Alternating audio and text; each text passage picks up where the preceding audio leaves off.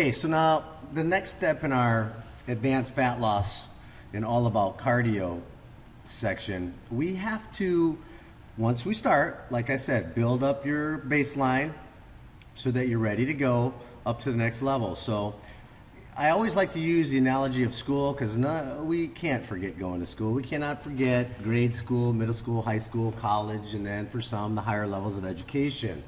Now, in the world of fitness and fat loss and getting in shape, you know, it's the same thing. You're basically a beginner in kindergarten when you first start out, and if you step on the competitive world stage as a world-class athlete, or your occupation that you select to do as a grown adult may include being a Navy SEAL, it may include being an Olympic athlete, it may include being a professional athlete in the football, rugby, soccer world, then you are at a whole different level.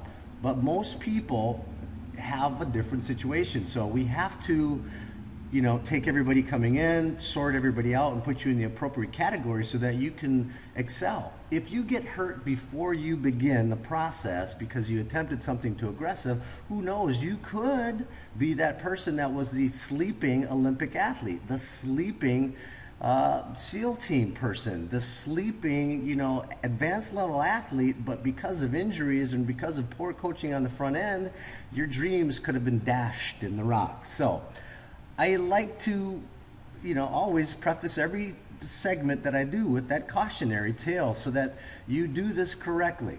Now, that being said, again, on the screen, after we've gotten your baseline cardio in place, we've gotten you, you know, after about the first 2 to 4 weeks, some basics in place. We've been, you know, adding some of the strength training. We've been adjusting the diet, supplying the body with the appropriate fuels so that you can heal properly and that your body can recover from workout to workout, depending upon your system, depending upon your lifestyle. Do you work 80 hours a week? Do you have 4 or 5 kids that you're running to and from school, so on and so forth? Or are you a little bit more relaxed with your time and schedule? That being said, then when we plug our exercise program, what can you deliver when you work out? I have my type A or my alpha people, I have my type B, and then I have all the different personality types in between. That tends to color how hard they go and their perceived level of exertion when they work out. Meaning, you know, you feel like you're doing really well because you're sweating, or you feel like you're doing really well because you're out of breath, or because you just feel like you're gonna die. Well, sometimes that may not be the hard workout, but just not knowing how to breathe properly with diaphragmatic breathing, which is a deeper style of breathing.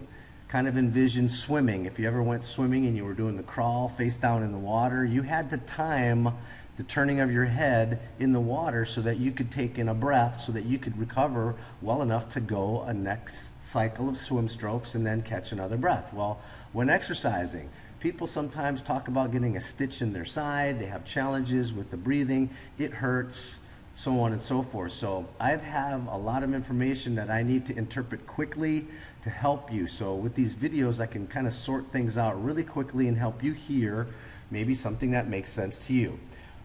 In that instance, most people, when they start, we want to move you from the easy category here up to, you know, the next categories up the continuum so that you can safely make this journey without injuring yourself.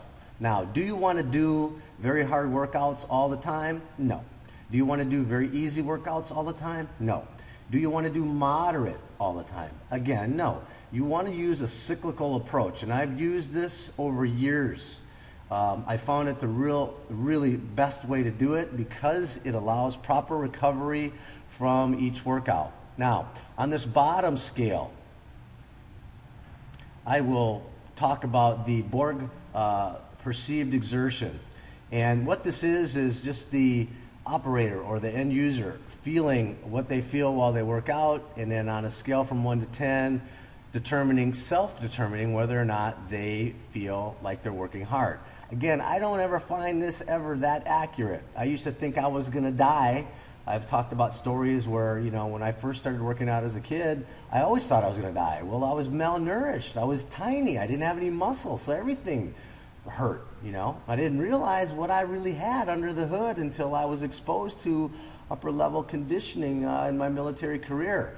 So I advise the use of a heart rate monitor, which I'll talk about briefly in the next video, but get a heart rate monitor. Please do not invest in anything that just looks cool or that does not have a band that goes across your torso. I've used Polar. I'm not getting paid by Polar. I've used them for the last couple of decades. Get a Polar heart rate monitor. There's a variety of types and a variety of price points, but for about $100, $125, you can get something that is satisfactory, that will help you determine what is going on. So with that heart rate monitor, then we can start dealing with where we are with these zones. Okay, now I have some very M2 specific protocols that I use in the 20 ways to lose fat fast. Please observe those, look at those to help you understand it. I have an infographic that I can send you if you have questions about what those entail. But the process of losing fat with using some types of cardio, whether it be machine-based or aggressive circuits with weight training or body weight calisthenics, will be my preferred methods. Again, I'll talk about those methods in the next videos. But let me go to another video here so I keep this short so I can discuss these intensity levels just one more time.